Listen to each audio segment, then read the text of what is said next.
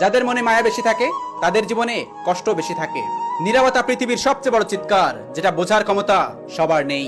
বুঝলে বন্ধু, সম্পর্ক তো এমন হওয়া উচিত, হঠাৎ কেউ দেখলে বলবে তোরা এখন একসাথে আছিস।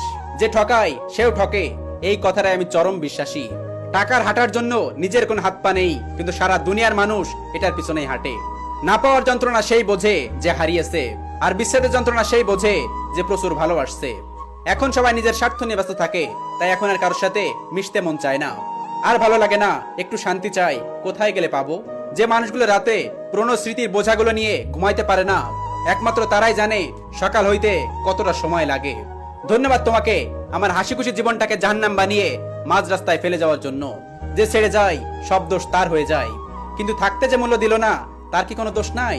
যে ঠকে সে কাঁদে, যে ঠকায় সেও কাঁদে, শুধু দুদিন আগে আর দুদিন পরে।